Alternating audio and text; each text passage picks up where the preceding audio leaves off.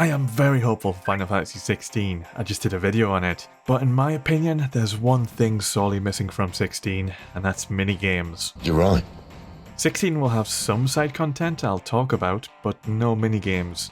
Sure, a Final Fantasy can be a massive success without minigames, but most of my favourite Final Fantasies do have minigames, and to me minigames are a small part of the identity of Final Fantasy, and they're just fun. Have fun.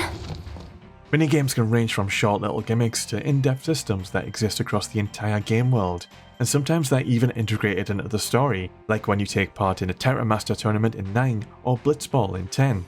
Oh, he'll feel that one in the morning. Hey, I'm trying to grow the channel, I'm trying to reach 10,000 subs, so any help would be greatly appreciated. Thanks.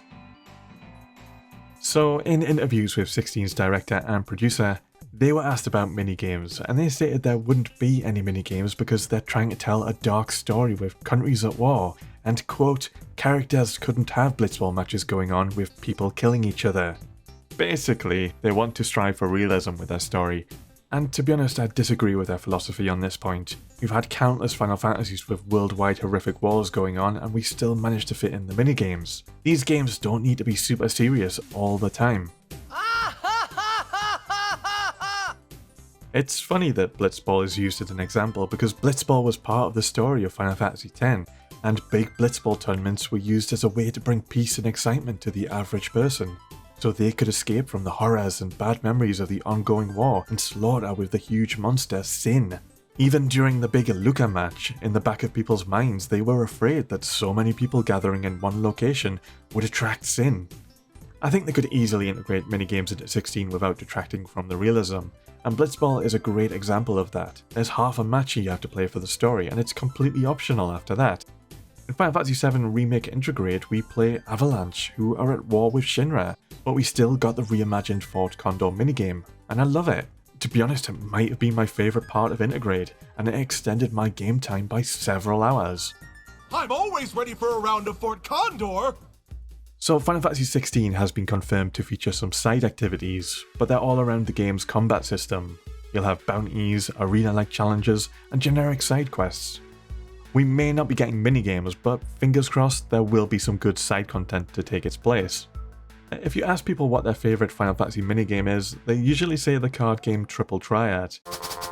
I have been dying to see another card game in Final Fantasy since Triple Triad and Tetra Master. And would it really cost that much to develop? The cards would just feature pictures of the characters or monsters' models. Very little art would need to be designed. There are chocobos in 16 and I'd love to see some chocobo racing with progression and different chocobo colours. But most of all I would have loved a card game. I think The Witcher 3 had great implementation of one too. Up for a few rounds of Gwent? I can totally acknowledge that not everyone likes minigames, so if they were added, they should be optional.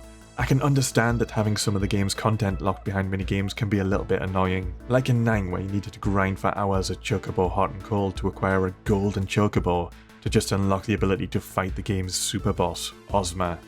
I think minigames should have their own rewards, but they can suck when you've got to play them to get things like ultimate weapons in 10. I didn't really like having to get a perfect score on the Chocobo trials or dodge 200 lightning strikes in a row to unlock ultimate weapons. While at the other end, 8's Triple Triad could be used as a slower but alternative form of progression. If you level up your summons, you can use their abilities to convert cards into useful items. I believe everything you can earn from Triple Triad you can earn elsewhere in the game, so you didn't feel forced to play Triple Triad. So I think that's some things to bear in mind when implementing minigames. Are there any minigames you'd like to see in 16? Or would you prefer to just focus the story and not have any minigames at all? Let me know in the comments. With summons being at the core of the story in 16, it seems like a good time to come up with an all-new minigame based all around them. Going fishing or surfing with Leviathan somehow, mining expeditions with Titan, aerial assault courses with Garuda or Bahamut, or how about managing your own little town or kingdom? That'd be a lot of effort from the devs, but Ni no Kuni 2 had a good system. I'd love a card game, chocobo breeding or racing.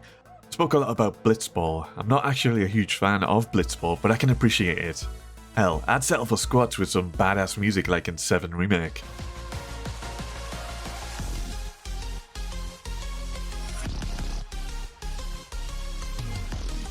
I've got a tier list on 25 Final Fantasy minigames if you're interested in hearing more.